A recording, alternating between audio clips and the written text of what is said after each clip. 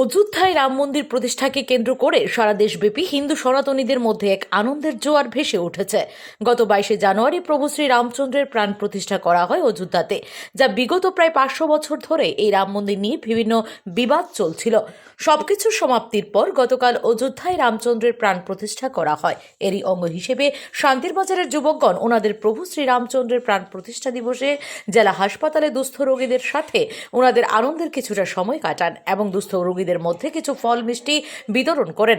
এর সাথে শান্তির বাজারের অন্তর্গত কাঞ্চননগরে যে মনোরমা শিশু নিকেতন আছে সেখানে গিয়ে ওইখানকার শিশুদের সাথে ওনাদের আনন্দের কিছুটা সময় অতিবাহিত করেন এবং শিশুদের মধ্যে কিছু ফল সামগ্রী বিতরণ করেন।